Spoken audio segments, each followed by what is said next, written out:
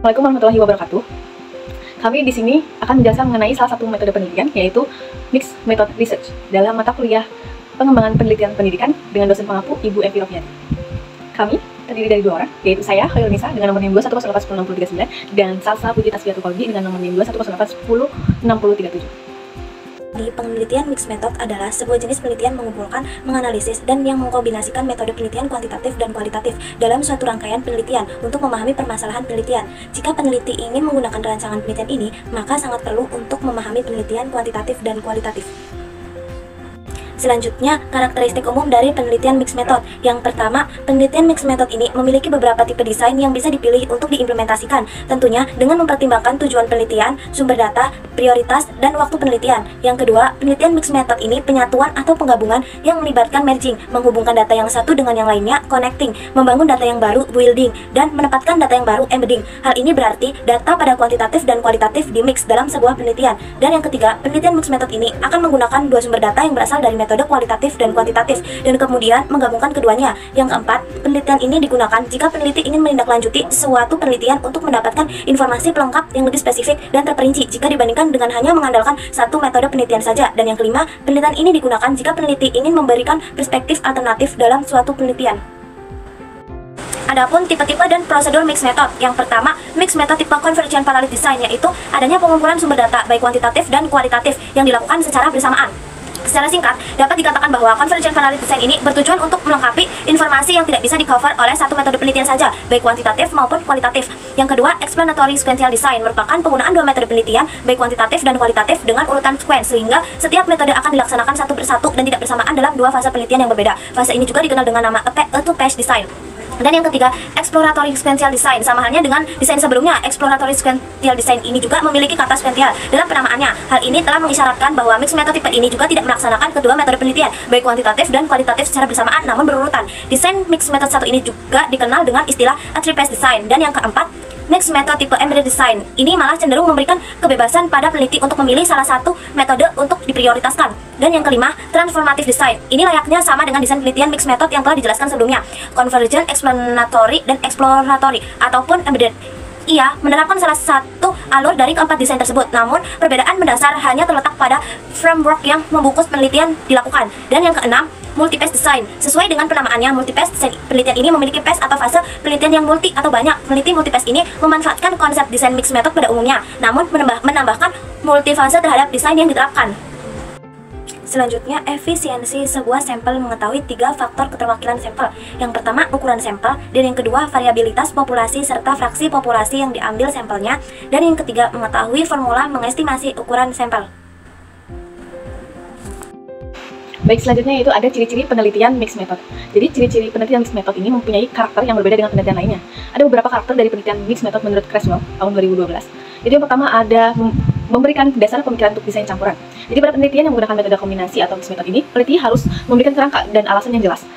Mengapa memilih desain penelitian campuran yang bersifat kualitatif dan kuantitatif? Kerangka atau penjelasan ini biasanya disebut di awal sebelum penelitian dilakukan. Alasan untuk melakukan studi metode campuran adalah untuk menjelaskan secara lebih rinci melalui penelitian statistik kuantitatif awal yang diperoleh dari data sejumlah besar orang dan menyamaratakan hasil, sedangkan kualitatif memungkinkan eksplorasi mendalam terhadap beberapa individu. Kemudian yang kedua itu untuk mengumpulkan data kuantitatif dan kualitatif. Jadi dalam penelitian mixed method ini terdiri dari data kuantitatif dan juga kualitatif. Untuk metode pengumpulan data dikaitkan dengan angka dan data numerik dan kata-kata atau teks ataupun data gambar. Kemudian ciri-ciri yang ketiga itu ada penentuan prioritas, di mana penentuan prioritas pada kedua data yang diperoleh dalam penelitian mixed method ini tergantung pada tujuan penelitian yang akan dilakukan. Prioritasnya merupakan bahwa dalam desain metode campuran, penelitian lebih menekankan pada satu jenis data daripada jenis data lainnya dalam penelitian dan laporan tertulis. Kemudian ciri yang keempat itu pengurutan dalam pengumpulan data. Penggunaan data kuantitatif dan kualitatif dalam penelitian kombinasi memungkinkan adanya data pengurutan dalam penggunaan kedua jenis data. Kemudian ciri yang kelima itu ada analisis data dengan desain. Metode penelitian kombinasi atau mixed method ini memiliki tantangan yang cukup sulit, terutama dalam menganalisa data dari metode kuantitatif dan juga kualitatif. Kemudian ciri yang ketiga itu diagram prosedur.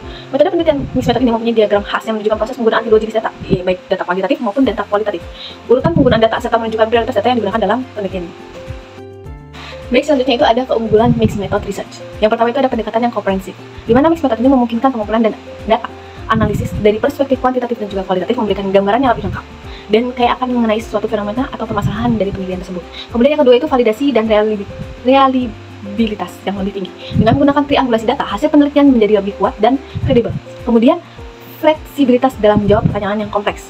Jadi mixed method ini cocok untuk penelitian yang kompleks dan multidimensional, di mana metode ini atau metode tunggal yang memungkinkan tidak cukup untuk menjawab seluruh aspek permasalahan. Kemudian mendapatkan perspektif yang beragam, di mana metode ini memungkinkan peneliti memahami dari berbagai sudut pandang, baik menggunakan data statistik maupun menggunakan pengalaman subjektif partisipan. Kemudian keunggulan yang kelima yaitu ada memperkuat generalisasi dan pemahaman konstekstual. Dengan adanya data kualitatif ini, hasil penelitian bisa digeneralisasikan secara lebih luas, sementara data kualitatif memberikan pemahaman yang mendalam dan kontekstual. Kemudian kekurangan mixed method research. Ada beberapa kekurangan dalam metode ini. Salah satunya yang pertama itu ada proses yang lebih rumit dan memakan waktu. Penggunaan dua metode sekaligus membuat proses pengumpulan dan analisis data menjadi lebih panjang dan juga kompleks, serta membutuhkan perencanaan yang sangat matang. Kemudian yang kedua itu memerlukan keterampilan khusus. Peneliti harus menguasai analisis data kuantitatif dan juga kualitatif, serta mampu mengintegrasikan hasil keterampilan ini memerlukan pemahaman dan juga pengalaman yang baik dalam kedua jenis metode tersebut. Kemudian yang ketiga itu biaya penelitian yang lebih tinggi, di mana mixed method ini seringkali memerlukan lebih banyak sumber daya, termasuk waktu, dana, dan juga tenaga. Kemudian yang keempat itu kesulitan dalam integrasi data, di mana pada metode ini untuk menggabungkan data kualitatif dan juga kuantitatif bisa menjadi sebuah tantangan, terutama jika hasilnya bertentangan. Dibutuhkan beberapa strategi yang baik agar dapat saling melengkapi data tersebut. Kemudian kekurangan yang kelima itu kesulitan dalam pelaporan hasil. Untuk melakukan temuan dari kedua jenis data secara jelas dan terintegrasi bisa sulit dan memerlukan penulisan yang hati-hati agar hasil penelitian mudah dipahami oleh penulis. Kemudian ini ada salah satu contoh jurnal nasional yang menjelaskan mengenai mixed method ini.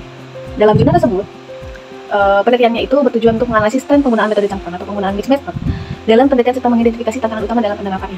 Dari hasil penelitian ini didapatkan sebuah hasil penelitian bahwasanya penelitian ini menemukan bahwa metode mixed method ini semakin diminati karena memberikan pandangan menyeluruh dengan menggabungkan data kuantitatif dan juga data kualitatif. Akan tetapi, ada sebuah tantangan dalam mengintegrasikan data dari kedua pendekatan ini, dan juga dibutuhkan kerangka kerja serta pelatihan yang memadai agar metode ini dapat diterapkan dengan efektif. Karena tadi, ada beberapa kekurangan dan juga kelebihan dari metode ini. Sekian pemaparan mengenai metode penelitian mixed method research. Terima kasih. Wassalamualaikum warahmatullahi wabarakatuh.